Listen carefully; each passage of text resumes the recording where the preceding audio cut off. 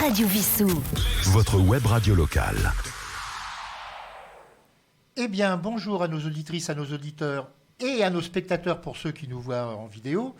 Ce matin, Jean-Luc, moi-même, avec Yves à la technique, nous retrouvons notre ami Patrick Neyman qui va nous parler des grandes inventions, des grandes découvertes depuis le début de l'humanité. Alors, je présume que la toute première, à moins qu'il y en ait eu d'autres avant que j'ignore, c'est le feu. Oui, tout à fait. Oui, le feu, c'était la première grande découverte de l'homme. Et ça a vraiment bouleversé l'humanité sur différents aspects. Parce que ça a permis après de faire tout un tas de découvertes. Par exemple, la métallurgie, tout ce qui va être l'usinage du fer, des métaux, du bronze. Et la pierre taillée, c'est avant, après, à peu près au même moment ? Alors le feu, c'est antérieur.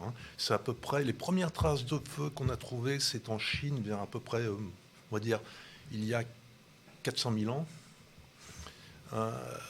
On a trouvé, alors ça c'était des feux avérés, des traces en Israël à peu près il y a 800 000 ans, mais simplement des simples traces.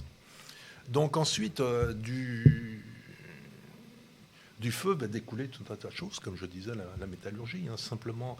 Alors le feu était connu depuis bien longtemps. C'est sa conservation, quelque sorte. Voilà, c'est ça. Il y avait toujours des feux dans la forêt, liés aux éclairs, aux orages, à la foudre. Mais c'était effectivement le dominer, le maîtriser et en faire quelque chose. Donc ça a permis également l'évolution de l'homme.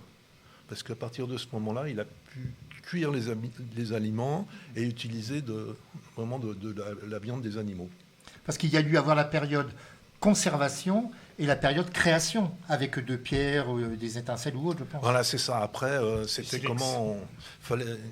il a fallu comprendre comment on pouvait faire le feu à partir de l'étincelle, de deux silex qui sont frottés l'un contre l'autre. On peut créer... Et ensuite, c'était par frottement. On se souvient le fait de frotter un bâton comme ça sur... À l'époque, on n'avait pas encore la loupe avec une loupe. Non, on n'avait pas encore la loupe, il n'y avait pas encore le verre. Le verre n'existait pas. D'ailleurs, je ne sais pas si ça fait partie des grandes inventions, le verre, mais à quel moment c'est apparu, ça, le verre ? Je me suis déjà posé la question. Alors, le verre, c'est apparu... Non, mais là, je vais vous dire des bêtises. Bon, donc, il y a du verre qui existait déjà au Moyen-Âge. Dans les églises, il y a les vitraux. Voilà, c'est ça. À peu près au Moyen-Âge, je dirais. Bon, autant des Égyptiens, je ne pense pas. Alors, après le feu, qu'est-ce qui vient ensuite comme grande découverte ? Alors, vraiment, en découverte majeure, on peut dire la roue. La roue. Voilà. Alors, ça, c'est en gros 3500. Le déplacement. Oui, oui. Et pour transporter des objets, transporter pour construire. Voilà. Donc, c'est en gros 3500 ans avant Jésus-Christ. Mais je crois que certaines civilisations n'ont pas connu la roue. Absolument. En Amérique du Sud, je crois, les Incas n'avaient pas, ou l'Aztèque, il me semble qu'ils n'avaient pas la roue. Il me semble avoir lu ça quelque part, où je me trompe. Alors, eux, c'était... Bon, c'est une civilisation plus récente quand même, donc c'est possible qu'ils l'aient eu. Mais par contre, les Égyptiens ne l'avaient pas. Donc quand on voit les péplums avec le char du pharaon poursuivant Moïse, c'est totalement bidon. Enfin, non. À cette époque-là, peut-être. Mais pour construire les pyramides, ils n'avaient pas la roue. Donc, les pyramides, on va dire que c'est à peu près 4000 ans avant Jésus-Christ, ils n'avaient pas la roue. Donc, c'était à dos d'homme ? Voilà, c'est ça. Donc, c'était... Donc, il y a eu beaucoup d'accidents de travail, je suppose. Oui, on peut le supposer. Alors, ce qui est étonnant, à partir de la roue, alors c'était des roues pleines, extrêmement lourdes. Donc, il a fallu... En pierre, en bois, en quoi ? Alors, je pense que c'était du bois. Mais il a fallu environ 1500 ans pour découvrir et inventer, pas découvrir, mais inventer la roue à rayons. C'est-à-dire les vider de façon à l'alléger. 1500 ans de réflexion.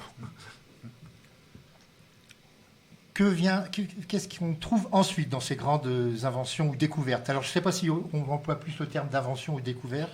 Il y a les deux, en fin de compte. Oui, les deux, c'est très lié. Alors, on peut dire la sidérurgie. Tout ce qui est... L'âge du fer ? L'âge du fer. D'abord, l'âge du bronze. L'âge du fer. Et ensuite, les alliages. Alors, le fer était connu était connu au niveau du minerai. Alors, au départ, c'était plutôt des météorites. On sait que les météorites sont très riches en fer. Et donc, il y avait des zones où il y en avait pas mal. Et à partir de là, ils ont pu travailler le fer. Alors, simplement, ce qui est relativement amusant, c'est simplement... Alors, il y a aussi beaucoup de chance. Alors, ça se joue sur des milliers d'années. Faire un feu classique à partir du moment où on domine le feu avec des pierres qui sont des météorites, eh bien, à la longue, ça finit par faire de l'acier, quoi. On va couler le... Une question, c'est 1500 ans, ça paraît absolument invraisemblable. Est-ce que c'est notamment le fait que des personnes qui commencent à trouver des choses ne transfèrent pas, ne donnent pas leur information du fait qu'à l'époque, on n'écrit pas encore? En tout cas, est-ce que l'écriture, l'absence un peu d'écriture, pose le problème justement de la transmission? Ah, tout à fait. Donc ça, c'est aussi une des avancées, on peut dire, en invention, là, l'écriture chez les Sumériens, à peu près 3500 ans avant Jésus-Christ. Et là, c'était simplement à des fins comptables au départ. C'était pas du tout des savants, c'était combien ai-je de bêtes dans mon troupeau. Donc, chez les Sumériens, ce qu'ils avaient en abondance, c'était de l'argile. Ils construisaient les maisons avec, très malléable. Donc, ils prenaient une poignée d'argile, un peu comme de la pâte à modeler. Ils en faisaient une petite tablette et puis ils tiquaient dedans là, le nombre de bêtes, le nombre de bestiaux. Alors, ce qui est relativement amusant, c'est que l'on apprend qu'ils faisaient des signes différents selon le type d'animaux à compter. Et il a fallu un certain temps, donc une certaine intelligence pour dire on peut unifier tout ça et avoir le même système pour compter des vaches et des moutons. Et ce qui n'était pas a priori complètement évident. Donc c'est simplement à des fins comptables que l'écriture, la gravure, donc pour compter, a été inventée. Ensuite, à partir du moment où ça a été inventé, ça a été utilisé pour autre chose. Et ça, on a eu connaissance de cette écriture, ce que ça voulait dire, c'est Champollion, peut-être, les hiéroglyphes, Alors c'est même après ça. C'est même après. Ouais. Là, on en est au cunéiforme. C'est vraiment le fait d'écrire des... Oui, mais ce que je veux dire, c'est est-ce que nous, aujourd'hui, on a compris, enfin, nous, il y a peut-être une centaine d'années, qu'on a compris que ces signes voulaient dire tel message. Oui, alors ça, c'est grâce, effectivement, entre autres, à Champollion. La pierre de Rosette. La pierre de Rosette, qui a été découverte à Rosette et qui est au British Museum à Londres. Et elle était écrite en plusieurs langues. Donc il y avait du grec ancien, il y avait des hiéroglyphes. C'est ce qui lui a permis justement de trouver, de décoder. Parce que les hiéroglyphes, c'est extrêmement... Au départ, l'écriture était extrêmement compliquée. C'est-à-dire que le signe voulait dire quelque chose, mais l'association de signes voulait dire autre chose. Donc c'est pas un signe, un son. C'est beaucoup plus compliqué. Donc à décoder, ça dépend du contexte également, et c'est extrêmement compliqué. Donc il fallait effectivement cette pierre de Rosette, et grâce à Champollion et ça, il y a quoi, il y a 200 ans à peu près, quelque chose comme ça? C'est 1800 et quelques, Champollion. Donc, oui, c'est sous le règne de Napoléon Ier, Champollion. C'est quand il y a eu la campagne d'Égypte. Alors, autre découverte ou invention, parce que jusqu'alors, l'homme, il chassait, il ramassait ce qu'il trouvait, mais comment a-t-on su qu'on pouvait planter, jardiner, enfin tout ça, ça fait partie aussi des découvertes, en quelque sorte, l'agriculture. C'est à peu près 20 000 ans avant Jésus-Christ. C'est quand les premiers hommes ont commencé à migrer. Ils ont migré dans une zone qu'on appelle le croissant fertile, qui est en gros la Mésopotamie, et qui est en gros entre les deux fleuves, le Tigre et l'Euphrate, et ce qui descend vers l'Égypte. Et cette zone est particulièrement fertile. Donc ils sont installés là, ils se sont aperçus que c'était des chasseurs-cueilleurs à l'époque, les premiers hommes. Et donc, ils ramassaient des graines, etc. Et puis, ils se sont aperçus qu'en ramassant des graines, de temps en temps, il y en avait quelques-unes qui tombaient par terre et puis que ça repoussait. Et donc, ils se sont dit, c'est intéressant, on va pouvoir créer l'agriculture avec ça. Donc, c'était des nomades. Et du fait de cette agriculture naissante, ils sont devenus sédentaires, parce qu'ils ne pouvaient plus aller ailleurs. Et donc là, tout a commencé, la civilisation. Mais donc l'Égypte, l'Orient, la Grèce, Rome un peu plus tard, les premiers hommes qui ont développé toutes ces inventions étaient réunis dans cette grande zone. Mais est-ce que l'Afrique, est-ce que l'Amérique, qu'on va découvrir plus tard, eux-mêmes avaient avancé dans la même proportion ou pas du tout? Non, pas du tout. Ouais.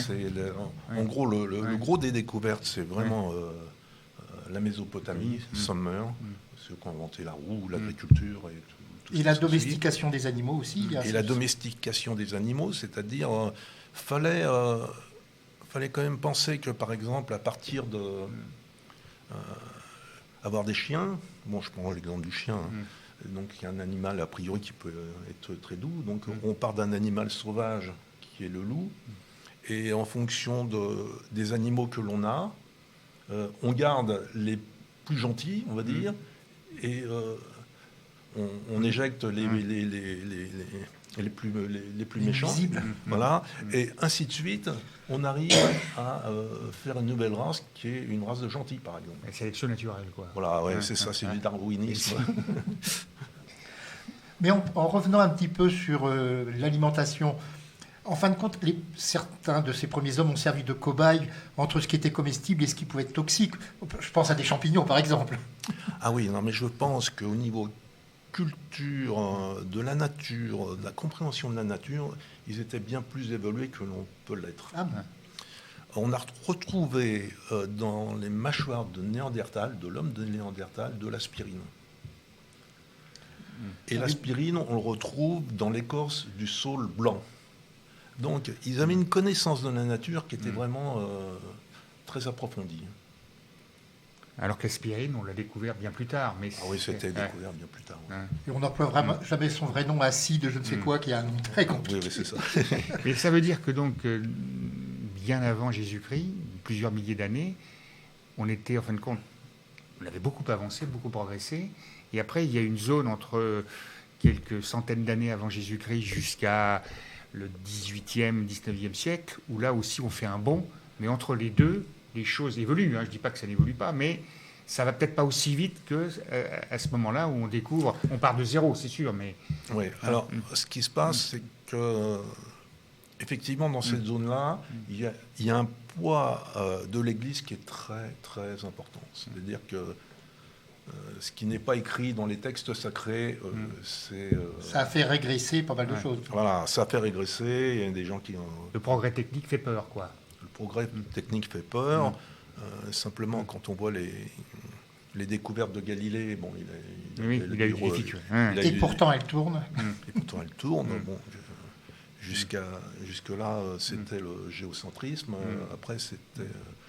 Galilée a montré que c'était l'héliocentrisme, c'est-à-dire que c'est le Soleil qui est fixe et c'est la Terre et tous ces satellites qui tournent autour. Et ça, bon, l'Église, c'était insupportable. Mais là, on est au 16e, 17e siècle, donc c'est pas si vieux que ça. Et même aujourd'hui encore, il y en a qui réfutent le darwinisme, enfin, l'évolution. On revient, même, il y en a qui reviennent au fait que la Terre serait plate. Oui, aujourd'hui encore. Oui. Alors, il y a des explications à ça. C'est assez intéressant. C'est-à-dire pourquoi les gens pensent ça? C'est-à-dire qu'il y a à peu près 17% des jeunes qui pensent que la Terre est plate. C'est essentiellement les réseaux sociaux. Ah oui, ça c'est... Essentiellement. Donc, je crois qu'on pourrait faire une émission, ou même plusieurs, sur ce sujet. Simplement, c'est qu'à partir du moment où on rentre dans un groupe qui est une certaine doctrine, eh bien, on n'en sort pas et on s'auto-alimente. Quand on voit que Mr. Gims, ah bah oui, l'électricité, les Égyptiens l'utilisaient avec les pyramides, n'est-ce pas? Mais c'est au XVe siècle, début du XVIe, où, en fin de compte, les Italiens, les Espagnols vont partir, en particulier vers l'Amérique, mais pas uniquement. Magellan a fait le tour du monde, etc. Mais la question que je te posais tout à l'heure, c'est, mais dans ces continents dont on ne connaît pas ce qui se passait plusieurs milliers d'années, enfin en tout cas a priori milliers d'années avant, pourquoi ces gens-là qui sont notamment au bord du littoral, n'ont pas l'idée de naviguer et de faire la même chose que ce qu'on a fait, nous, au niveau européen? Oui, ça c'est étonnant, effectivement. Alors par contre, il y a, dans cet ordre d'idées, il y a une civilisation, l'Indus, qui, en gros, qui a disparu, je ne sais pas, il y a 4000 ans à peu près, hein, qui était extrêmement évolué d'après ce que l'on en voit. Les maisons étaient extrêmement amples, ce pas des petites cases, c'était des grandes maisons. Ils avaient inventé le tout à l'égout, ils avaient cette connaissance-là, ils avaient un système d'écriture que personne n'a réussi à déchiffrer d'ailleurs. Toujours. Et il ne reste rien. Il ne reste rien, et c'est une civilisation. En gros, l'Indus, c'est à peu près le Pakistan.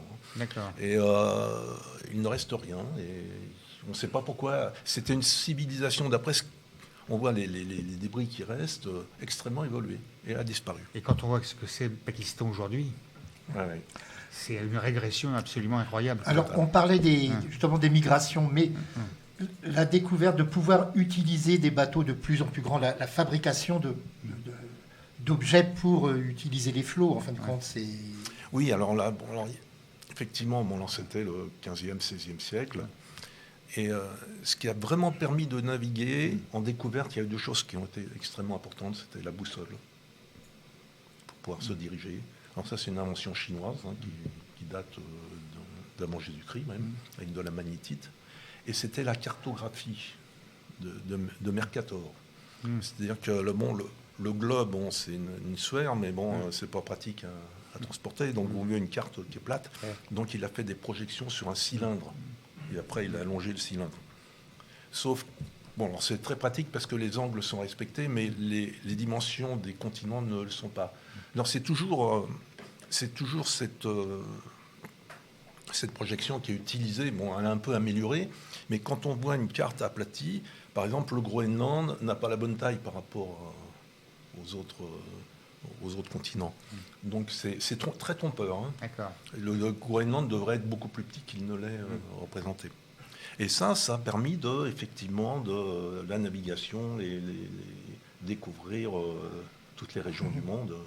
Et ça explique donc le fait qu'on n'avait pas peut-être les bateaux suffisants pour aller en Amérique, que peut-être au début au moment de Jésus-Christ, un petit peu après ou un petit peu avant, les gens de la Mésopotamie ont été en Asie, mais n'ont pas traversé l'Atlantique, par exemple. On dit que les Vikings seraient arrivés en Amérique avant.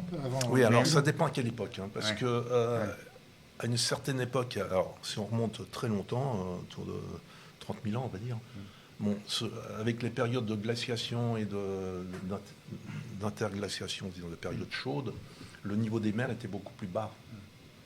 Ce qui veut dire qu'on pouvait aller d'ici, aujourd'hui l'Angleterre, on y allait à pied. Hein. Oui, c'est ça, il n'y a pas de continent, c'est-à-dire tout le monde était rattaché, quoi. Enfin, oui, plus ou moins. Plus ou moins, Oui. Mais on pouvait passer à pied. Oui. Donc ce qui était assez facile plus facile pour mieux comprendre comment les hommes venus d'Afrique ont pu migrer dans tout le reste du monde. Ils n'ont pas traversé la Méditerranée. Non, pas à la nage. Pas la nage. Ils ont marché longtemps, des grands marcheurs, pendant des milliers d'années, et c'était relativement long. Alors, une invention, malheureusement, qui fait toujours des dégâts, c'est l'invention de l'arme. À quel moment l'homme a pu se rendre compte qu'en utilisant un bâton ou quelque chose, il pouvait tuer, donc dominer les autres. C'était l'invention de la guerre, en quelque sorte. Oui, mais je pense que ça a commencé avec la chasse. Oui, bien sûr. Mais entre hommes, dirons-nous, entre êtres... que c'est là que commencent les dominants dominés, et puis les guerres. Voilà, donc après, conquêtes. C'est pour survivre aussi. Voilà, c'est ça. Donc au début de la création des premiers hommes, à partir du moment où ils se sont sédentarisés avec l'avènement de l'agriculture, donc ils devaient stocker des récoltes. Donc ils commençaient à acquérir des biens. Donc les notions de propriété. Voilà, et qui pouvaient être convoités par le... Bon, il n'y avait pas beaucoup de monde à l'époque non plus. Hein. Oui. Mais bon, là, il a fallu après, donc... se méfier des voleurs. On a mis des clôtures. Enfin, voilà, c'est ça. Donc après, il fallait se protéger. Voilà. Il fallait des gardes. Après, c'était une armée. Et ainsi de suite. Donc, quelles autres grandes inventions ont vraiment totalement changé la face de l'humanité ? Je pense que si on poursuit dans le type d'invention, je dirais, ça va surprendre, hein, le savon. Pour se nettoyer, pour se laver. Oui, l'hygiène. Parce que c'était quand même quelque chose qui a permis Pour certaines maladies et autres, Voilà, des contagions, exactement. la contagion. L'espérance de vie a commencé à augmenter. Ouais. Exactement. Ouais. Donc le fait de pouvoir se nettoyer. Et Donc, qui a le savon- inventé le savon de c'est Marseille, encore non les. Alors si, c'est. Ouais. Alors, d'abord, c'est les Sumériens, toujours les Ouais. Sumériens, 4500 ans avant Jésus-Christ. Et ensuite, ce qu'on appelle. Alors, c'était fait avec de la graisse et en gros de la potasse. Et donc c'était ce mélange-là qui faisait du savon. Alors ce que l'on appelle le savon de Marseille, c'est chez les Syriens, là en gros il y a 3000 ans. Oui, ils ont mis de l'huile d'olive mélangée avec qu'est-ce qu'ils avaient mis dedans, de la soude. Et après, on utilisera des plantes, des fleurs, certainement pour les... Oui, après c'est c'est les le luxe. arômes, c'est du luxe. Alors ça c'était vraiment quelque chose, l'hygiène. Ce qui a permis, par exemple, c'était... un médecin hongrois, là, je regarde son nom pour ne pas me tromper, Semmelweis, qui vraiment découvre la sepsie. Alors c'est relativement récent, 1847. Lui, c'est un médecin et il s'est aperçu que le taux de mortalité au niveau des accouchements était énorme dans son hôpital. Et moi, il comprenait pas ça, et il essayait d'étudier pourquoi, et s'est rendu compte que tous les jeunes étudiants qui faisaient des comment ça s'appelle, des autopsies sur des cadavres allaient faire des accouchements après. Donc on peut voir les dégâts que ça fait. Donc il s'est rendu compte qu'en se lavant les mains, il diminuait. Alors il y avait 18% à peu près de décès, et c'est tombé à quelque chose d'insignifiant avec le lavage de mains. 170 ans seulement. Ouais. C'est récent, il y en a beaucoup qui étaient contre lui, qui disaient que c'était n'importe quoi de se laver les mains, ça ne servait à rien. Alors justement, donc tous les collègues, tous les confrères étaient vent debout contre cet homme. Et donc il était un peu banni d'avoir Semmelweis. Pour revenir justement à tout ce qui peut être médical et autres, j'ai lu, il y a un certain temps déjà, qu'apparemment il y avait déjà eu des trépanations à l'époque des hommes préhistoriques. Oui. Oui. Il y a des traces. Alors, je ne sais pas ce que ça a donné. Il y avait au moins des tentatives de... Voilà, de même, au niveau lentilles pour mieux voir, avec du cristal de roche. Et ce genre de choses. On dit que César aurait été opéré de la cataracte.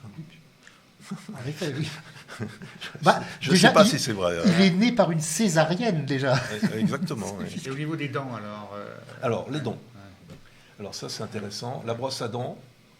Donc, c'est les Chinois qui ont inventé la brosse à dents en 15e siècle. Vers la fin du Et ça s'est étendu sur l'ensemble du globe Non, ça ne s'est pas étendu du tout, parce que c'était un truc vraiment impossible, quoi. C'était avec des poils d'animaux, c'était terrible. On se blessait peut-être, non? Voilà, on se blessait énormément. Donc il a fallu attendre l'avènement, la découverte du nilon chez Dupont, la société Dupont. Alors là, on se rend compte que... C'est le 19e siècle, ça, non? 1937. 37, le nylon. Les bas de nylon, c'était une révolution. Même pas il y a 100 ans. Oui. Et c'était démocratisé par les militaires. Oui, les GI qui ont amené les bas de nylon. Ouais. Et la brosse à dents. Et le dentifrice derrière? Enfin, le dentifrice, je ne sais pas quand est-ce que c'était. Je pense que... Enfin, déjà, c'était un progrès. C'est un progrès, mais en Occident, il y avait une très très mauvaise hygiène bucco-dentaire. Ouais. Par exemple, pour donner un exemple, c'est Joséphine de Beauharnais, paraît-il qu'elle elle était très belle, mais elle ne souriait jamais parce qu'elle n'avait pratiquement plus de dents. Oui, à l'époque, ils avaient peu de dents.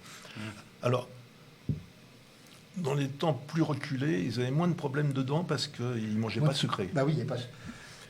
Le sucre de canne, on n'avait pas encore découvert l'utilisation du sucre de betterave. En fin de compte, il a fallu Glaucus en 1802 par là pour qu'on Donc il y a des inventions qui ont posé des problèmes. Alors que c'était une évolution positive, mais en même temps, effectivement, à cause de ça... Oui, après, il peut y avoir du négatif dans chaque... si on prend l'énergie nucléaire, c'est extrêmement positif pour créer de l'énergie au niveau médical, pour se soigner. Après, la bombe atomique... D'ailleurs, justement, c'est une question qui peut se poser, c'est-à-dire que ces inventions qui ont été faites, y compris le nucléaire, la bombe atomique, tout ça, dans les fins des années 30, début 40, etc., les gens qui ont inventé ça ne pensaient peut-être pas que ça allait être utilisé exclusivement à des buts militaires pour tuer, mais peut-être une sorte de progrès. Est-ce que les inventeurs ont eu ces questions qui se posaient en termes de est-ce que c'est bien, est-ce que c'est pas bien, est-ce que c'est un non, mais progrès, oui, ils se sont posés. Il y a eu beaucoup de, même au niveau de, par exemple, Einstein, il était assez contre. Et oui, si, il y a eu beaucoup de questions. Lise Meitner, qui était à l'origine de la fission nucléaire, donc elle était vent debout contre. Et Oppenheimer, lui, était plus. Voilà, non, mais le problème, c'est très difficile à critiquer parce qu'à l'époque, c'était le projet Manhattan et il y avait le problème de l'Allemagne nazie. Voilà. Et fallait faire quelque chose. Donc, il fallait trouver une arme de dissuasion. Surtout qu'à l'époque, les Allemands étaient aussi sur le coup. Donc, il fallait y arriver. avec les fusées V2, etc. Oui, il fallait y arriver avant eux. Donc, c'était assez compliqué. Alors, quelle serait l'invention à venir, si on peut l'imaginer, qui révolutionnera encore totalement l'humanité? Bon, ça, c'est une question compliquée. Oui, c'est compliqué. Non, mais je la pose à tout hasard. Une invention à venir qui révolutionne. Déjà, peut-être guérir toutes les maladies. Bon, ça serait déjà miraculeux. Oui, alors ça, mais- oui, c'est ça. Donc, je pense qu'au niveau de la santé, je pense qu'on peut Et la trouver des malnutrition aussi, peut-être. choses. D'ailleurs, quand on Ouais, voit ce qu'on a découvert comme vaccin pour le Covid, même si c'est pas, ça résout pas tout, mais enfin ça protège, on peut imaginer qu'il y a d'autres maladies qu'on n'a pas, le cancer par exemple, où on a amélioré les choses, mais on n'a pas trouvé encore. Est-ce que c'est aussi un problème de moyens, de volonté politique mondiale Je pense qu'effectivement, le Covid, avec l'ARN messager, avec l'immunothérapie, alors l'immunothérapie, ça permet de soigner déjà un certain nombre de choses. Et donc, effectivement, c'est au niveau génétique. Et là, il y a encore pas mal de choses à trouver. Et ça, le vaccin, c'est génère à la fin Alors, du- le premier vaccin, c'est Jenner pour la variole. Ensuite, ce qui a été vraiment généralisé, c'est par Pasteur. Donc, 19e siècle encore. Donc, Voilà. c'est vraiment un siècle industrialisation et aussi progrès technique dans, Ah oui, dans après, tous les c'était domaines. vraiment l'industrialisation. Pasteur qui n'a même pas vacciné lui-même, d'ailleurs, le petit berger alsacien, parce que comme il n'était pas médecin, il n'avait pas le droit Il de n'avait pas le droit de vacciner. de vacciner. C'est Pasteur. quand même extraordinaire. Et il y avait un sacré problème d'éthique avec Pasteur parce que, justement, je rebondis là-dessus, c'est que il ne voulait pas le vacciner au départ, le jeune Joseph Meitner. Mais la mère a tellement été insistante qu'il a fini par dire oui. Et bon, il était à côté de lui, il était secondé par Émile Roux, qui est un grand médecin. Il a fini par céder. Mais il s'est dit au passage, ouais, mais pour l'instant, il n'a aucun symptôme. On ne sait pas s'il a la rage ou il n'a pas la rage. Donc, pour être sûr que ça marche, je lui inocule la rage. Oui, j'avais lu Mais ça. dans une faible dose, non? Je Ah ne bah, il n'y sais a pas de la faible dose. dose. Oui. Est-ce qu'il y a une faible dose? Oui, oui. c'est- Donc, il lui inocule la... Non, il y a quand même un sacré problématique. Ouais. Et bon, heureusement que le vaccin, ça a fonctionné derrière. Donc, c'est une sorte de cobaye, quoi, le petit jeune. Ah oui, c'est un cobaye. Et jusqu'à la fin de sa vie, il a travaillé ensuite chez Pasteur. Il a Joseph. travaillé après. Oui, Pasteur, il était quand même.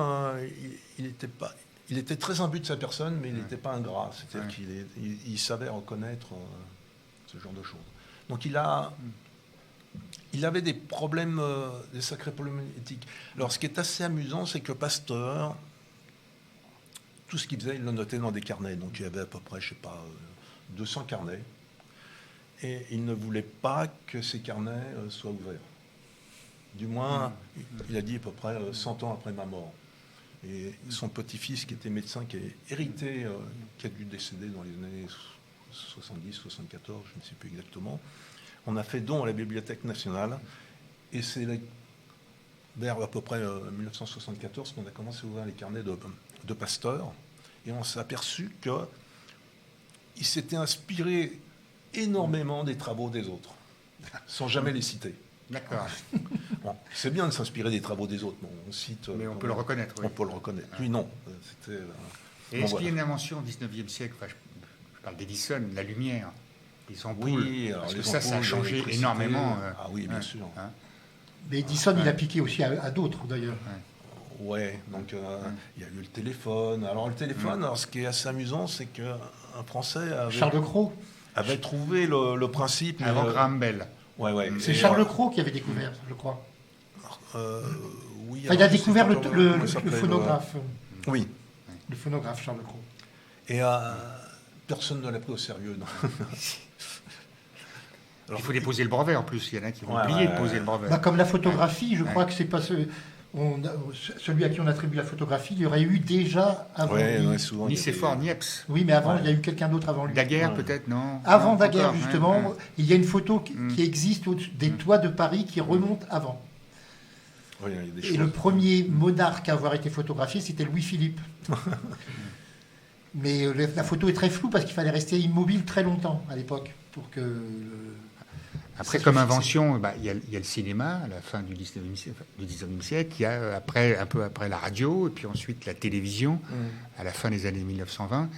Et donc c'est là aussi, parce qu'il y a le transport, on peut voyager, puis on peut voir ce qui se passe ailleurs. Oui, tout à fait, oui. Donc ça, c'est des progrès. Et tout ça, ça se passe sur Une période. une centaine, 150 ans. Donc c'est une accélération. Sans oublier l'avion aussi. Ouais. Bah, alors moi, je me suis amusé à faire un petit sondage autour de moi. On m'a posé la question, quelle est l'invention qui... La plus utile, non? Ouais, la plus importante. Ouais. Et ce qui ressort, c'est le GPS. Ah ça, je n'aurais pas pensé. Là. Parce que moi, je refuse le GPS, c'est ma femme m'entend. Non, mais il y a des gens qui sont bêtement à perdus ce tout qui le est le temps. plus proche de nous. Je pense que l'ordinateur, aujourd'hui, chez les jeunes, c'est quand même... Chez les jeunes, mon ordinateur. Mais après, le téléphone, je me souviens, il y a quoi, dans les années... même au début des années 80, il était impensable de dire qu'avec un téléphone portable, on pourrait faire de la visio.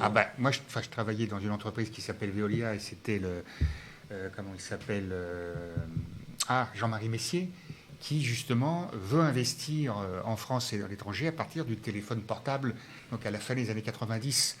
Et on le prend pour un dingue, et d'un seul coup, l'action va monter, parce que c'est l'entreprise Vivendi à l'époque. Et donc, mais c'est vrai qu'à l'époque... même moi, en tant que salarié, je me dis, bon, est-ce que c'est utile, etc. Oui. Et aujourd'hui, on ne pose même pas la question. On ne se pose pas la question. Après, il faut de la puissance électrique, il faut des data centers, il faut des... Il faut pas oublier qu'à une époque, c'est pas très vieux, même dans les années 70, et ça, j'en sais quelque chose, puisque ça a été mon métier aussi, pour avoir une ligne de téléphone, c'était des années d'attente. Alors que maintenant, bon, téléphone... On vient de nous installer cela. Oui, mais pour la fibre, je pense que tu as des problèmes. Ça, c'est autre chose. À Vissou. Ah oui, là, ça c'est autre chose. Enfin, je dans ne suis beaucoup pas de le villes, seul, d'ailleurs. malheureusement. Bah oui. Non, mais pour avoir une ligne téléphonique à l'époque du fixe, oui. à une époque, il n'y avait que les commerçants qui pouvaient en demander une, que les gens prioritaires. Dans tout début des années 70, c'était comme ça. On disait qu'il y avait la moitié des gens qui attendaient le téléphone et l'autre moitié qui attendaient la tonalité. Mais tu sais, l'eau, pareil. L'eau au robinet. On n'en a pas parlé, c'est vrai. C'est pas si vieux que ça. Non, c'est pas du tout vieux. Moi, je me souviens simplement, quand j'étais gamin à Vissou, il n'y avait pas l'eau.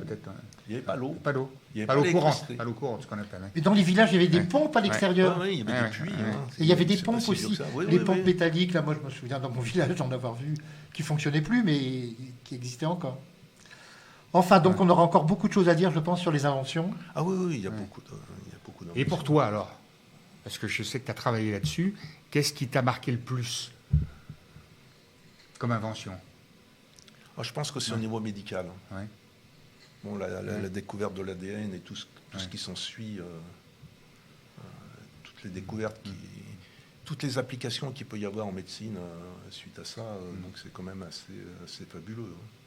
Bon, effectivement, c'est ce qui va permettre de soigner tous les cancers, toutes les maladies graves, les maladies. Alors j'ai une question là-dessus, parce que donc, l'espérance de vie n'a cessé d'augmenter. Et là, depuis un certain temps, ça commence à un petit peu soit stabiliser, voire même régresser dans certains pays. Alors il y a des explications, les guerres, etc., les maladies, etc. Mais est-ce qu'on peut espérer que, même s'il y a de plus en plus de centenaires, mais que la durée de vie moyenne pour une femme qui doit être autour de 80, en France, je crois 85 ans et un homme 80 ans, est-ce qu'on peut imaginer, grâce à ces progrès techniques, progrès scientifiques liés à la médecine, qu'on puisse dépasser largement 100 ans et en bonne forme, pas simplement... Voilà, c'est ça. Donc, Il ne suffit Oui. pas Ouais. de vieillir, mais il Ouais. faut vieillir être autonome.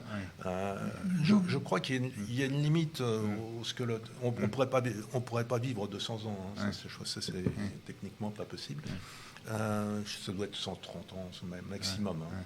N'oublions pas qu'à Chevilly-la-Rue, juste à côté de chez Oui. nous, il y a un médecin centenaire qui continue à exercer. Oui, tout à fait, oui. Il dit que s'il arrête, de toute façon, il ne sera pas remplacé. Il a gardé, je crois, une quarantaine de personnes qu'il suit depuis très très longtemps. Et son fils, lui, a pris sa retraite à 60 ans ou 65 ans. Exact. Et lui a plus de 100 ans. On l'a vu encore à la télévision il y a quelques jours. Il continue à exercer, c'est extraordinaire. À son domicile, parce qu'en plus, il s'est même fait cambrioler son cabinet. Oui, tout à fait, oui. Mais il y avait même quelqu'un qui avait, il est mort à 109 ans, mais qui avait 105 ou 106 ans et qui était recordman du monde sur piste. De cyclisme, de cyclisme. un Français également. Hein. Ouais. Donc il y a de l'espoir, Il y a de mais l'espoir. il faut vivre peut-être plus longtemps, mais surtout en bonne forme. En bonne Mieux. forme. Bon, Hein. alors, pour rebondir sur ce que tu disais tout à l'heure, là, il y a une certaine régression. Par exemple, dans certains pays comme les États-Unis, où il y a énormément d'obèses, la malbouffe. Alors ça, c'est une régression. Le fait de manger sucré toute la journée, bon, ça, c'est catastrophique. Hein. C'est ce qui fait qu'il y a Sans activité physique, souvent. Voilà, sans activité physique. Donc, on vit quand même, effectivement, plus sainement, au moins en France, en Europe. Et puis il y a la pollution, qui aussi n'arrange pas les choses dans tous les domaines. Ça n'arrange pas les choses, oui. Alors, quel sera le thème de la prochaine causerie, comme aujourd'hui? En général, On ça parlait c'est... de l'écriture tout à l'heure, je crois, peut-être. Alors, il faut dire à nos auditeurs que tu nous as envoyé, ça, déjà un petit moment, une liste maintenant pratiquement d'une vingtaine. Oui, il y a une vingtaine, oui. Et donc, je me permets de temps en temps de dire, tiens, qu'est-ce qu'on en pense entre nous? Et on te demande à ce moment-là, donc le prochain, je ne sais pas encore. L'écriture, ça serait bien, peut-être, si c'est faisable. Oui, On en a parlé tout à l'heure avant l'émission. Oui, c'est tout à fait faisable. Parce que l'écriture, quand on apprend ça en maternelle, enfin en maternelle peut-être un peu après, en primaire, c'est Gutenberg dans les années 1450. Non, lui, c'est l'imprimerie. C'est l'imprimerie, autant pour moi, pour la lecture. Oui. Hein. Mais on dira à nos auditeurs, et puis avec ton accord, qu'est-ce qu'on va choisir pour la prochaine émission dans le courant du mois de juin. D'accord. Donc on te remercie beaucoup. Et on remercie nos auditeurs et spectateurs de leur attention également, bien sûr. Et on merci remercie à Yves à la Yves, technique. toujours présent. Merci à tous. À bientôt. Au revoir. Votre web radio locale.